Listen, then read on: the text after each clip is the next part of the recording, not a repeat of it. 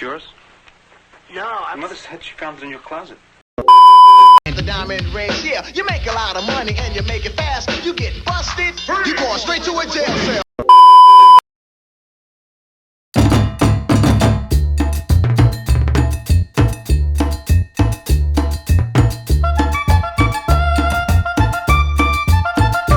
The book is named Original Gangster.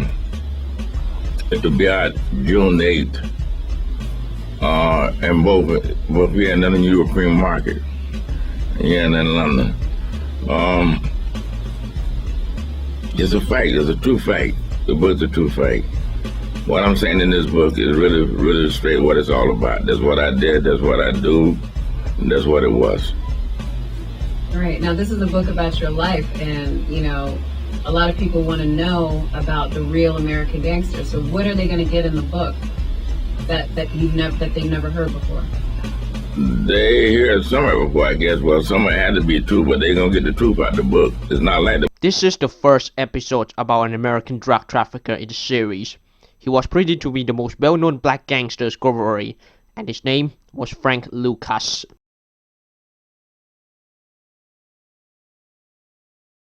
Frank Lucas was born on September 9, 1930 in La Grange, North Carolina, and raised in Greensboro.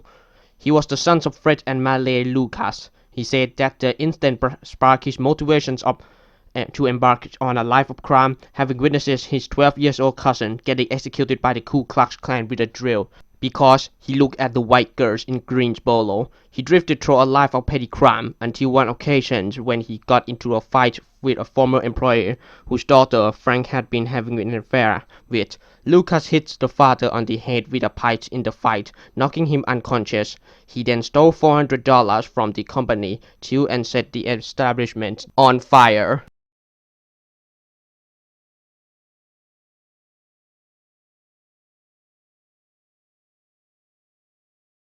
Frank fled to New York City at the behest of his mother, who feared that a white mob would lynch him. Once in Harlem, he quickly began indulging in petty crime and poor hustling before they took him under the wings of gangsters Bumpy Johnson. Lucas' connections to Johnson has since come under some dispute. He claimed to have been Johnson's driver for 15 years, although Johnson spent just 5 years out of prison before his death in 1968. According to Johnson's widow, much of the narratives that Lucas claimed he belonged to another young hustler named Seth Walker, who lived with Johnson and his family and later betrayed him.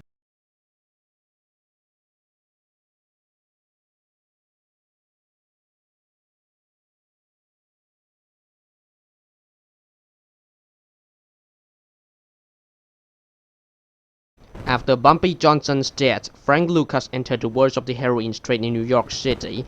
In the 60s, heroin trade was controlled by the American Mafia. Most of the heroins that the American Mafia made came from the cities of Marseille, known as the French Connections. Lucas knew that the French heroin was not pure 100%, so he grabbed the luggage and traveled to Bangkok. In Bangkok, he met one of the GIs living in Pat Pong named Leslie Atkinson. Atkinson came from North Carolina, like Frank Lucas, and married one of the Lucas cousins. Lucas said, Ike knows everyone over there, every black guy in the army from the cook, so Ike took Frank into the Golden Triangle and he met a king of heroin, Kun Sa.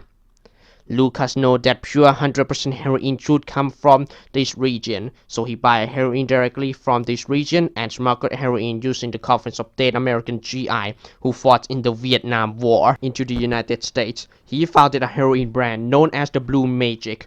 Blue Magic became the best-selling heroin in the ghettos of New York, and it was very cheap.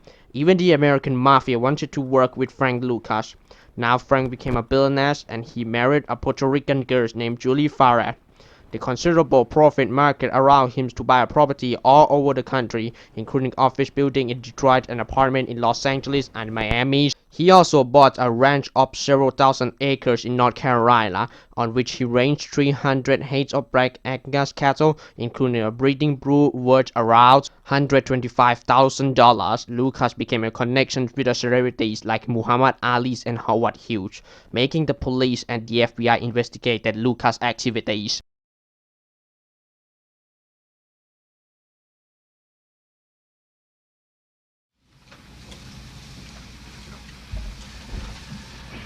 you want to join me here? Won't you be seated, please, ladies and gentlemen?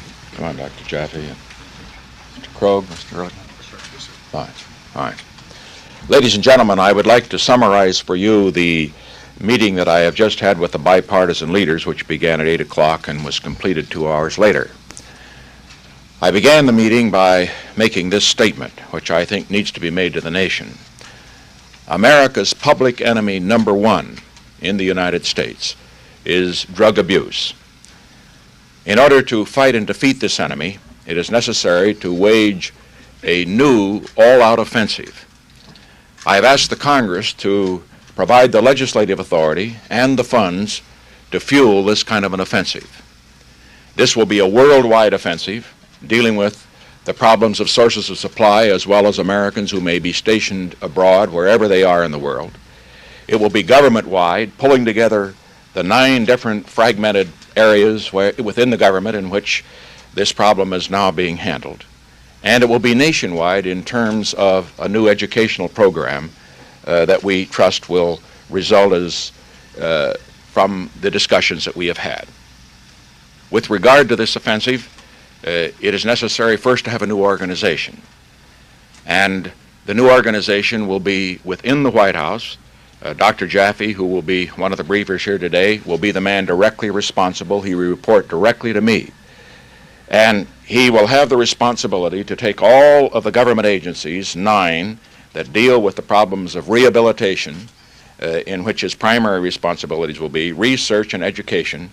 In 1971, President Richard Nixon declared war on drugs. 1 year later, the DEA was established, making Frank Lucas become public enemy number one since Al Capone. And following the fall of Saigon on April 30, 1975, Frank Lucas can't import his pure 100% heroin from Southeast Asia again.